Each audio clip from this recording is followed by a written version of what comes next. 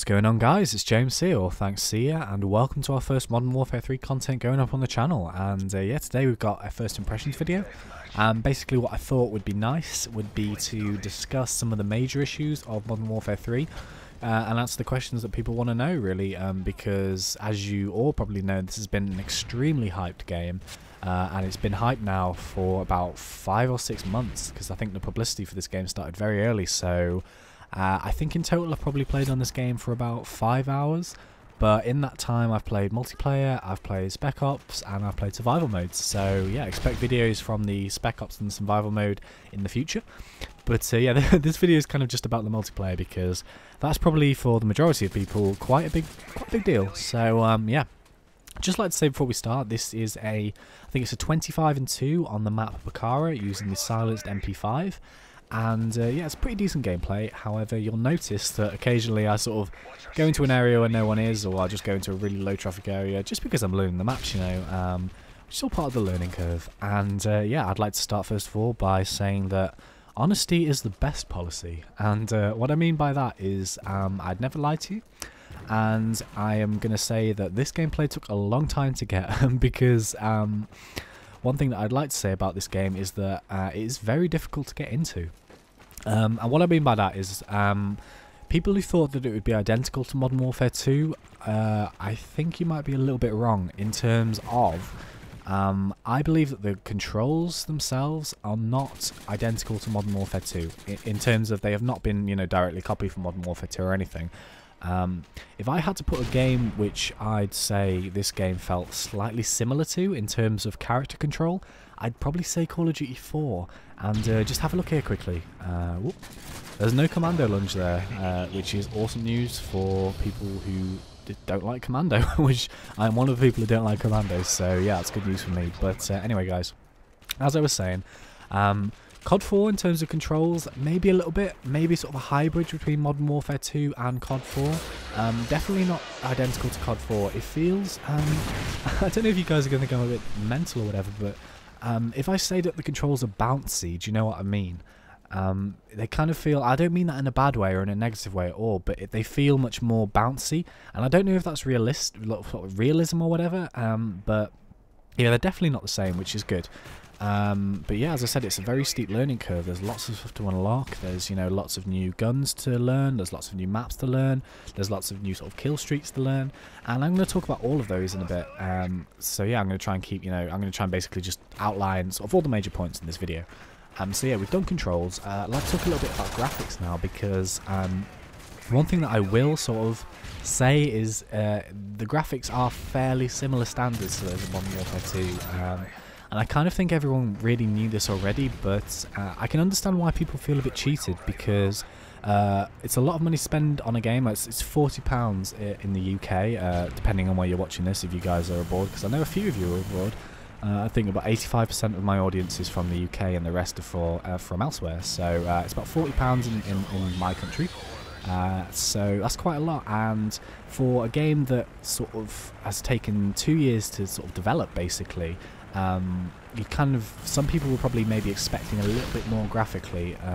However, on my point of view, I don't play Call of Duty for the graphic content, and I don't buy Call of Duty with expecting it to be, you know, really good graphically. I play it for many different reasons, you know, in terms of the gameplay, in terms of the feel of it, in terms of the enjoyment of it. But I can also understand and sympathise with the people who maybe feel that the graphics are a little bit lacking. However, what I would say is that they do look of a good standard, of a good quality, a little bit better than Modern Warfare 2. However, you'll notice that the chopper in the middle of that map, it looks very similar to Crash to me from Call of Duty 4. And I don't know if any of you guys have thought that if you played it, but yeah. Anyway, let's move on. We've done controls, we've done graphics. Now let's talk a little bit about weapons, because from what I've sort of learnt now is we have about 5 SMGs, and the UMP45 on paper has the most damage. I believe that also the other SMGs have identical damage. However, the recoil and this, that, and the other, and the, you know, the capacity of the magazine and all that good stuff is different. So that's very strange that you have basically identical SMGs. However, I believe that UMP is not as overpowered as it was in Modern Warfare 2, which is a great sign for a lot of people. I've tried to use it a bit because it's actually on the first sort of, the classes that you have to use before you're allowed to create a class. So from playing it, it seemed like it wasn't as powerful as it was in Modern Warfare 2. And also I'd like to say that it seems that you have to shoot a lot more bullets to kill someone. And I think basically the best way of me describing it is that you don't have to shoot as many bullets as Black Ops, but you don't have to shoot as few as Modern Warfare 2. So it's kind of a good balance in between it. However, I'd say that if you're using an SMG and you've got those really high kill streaks, get used to picking up guns, or maybe use Scavenger or something, because you're going to run out of bullets really, really quickly. So yeah, that's SMGs.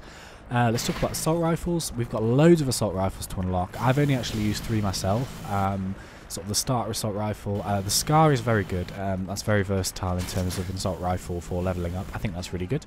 But yeah, there's loads to unlock in the future. I can't really tell you too much about them, other than that, yeah, they seem pretty good, There is recoil in this game, however. You have to kind of control the recoil with some guns. I know there are proficiencies, which are basically weapon perks that allow you to sort of minimise the recoil a little bit. But yeah. Anyway, let's move on to the sniper rifles. I've used the Barrett, and I've used the second unlocked sniper rifle, which is a bolt action. Both of these weapons are basically a one-hit kill, very similar to Modern Warfare 2. However, they do not sleight of hand straight up to the reticle very, very quickly like in Modern Warfare 2.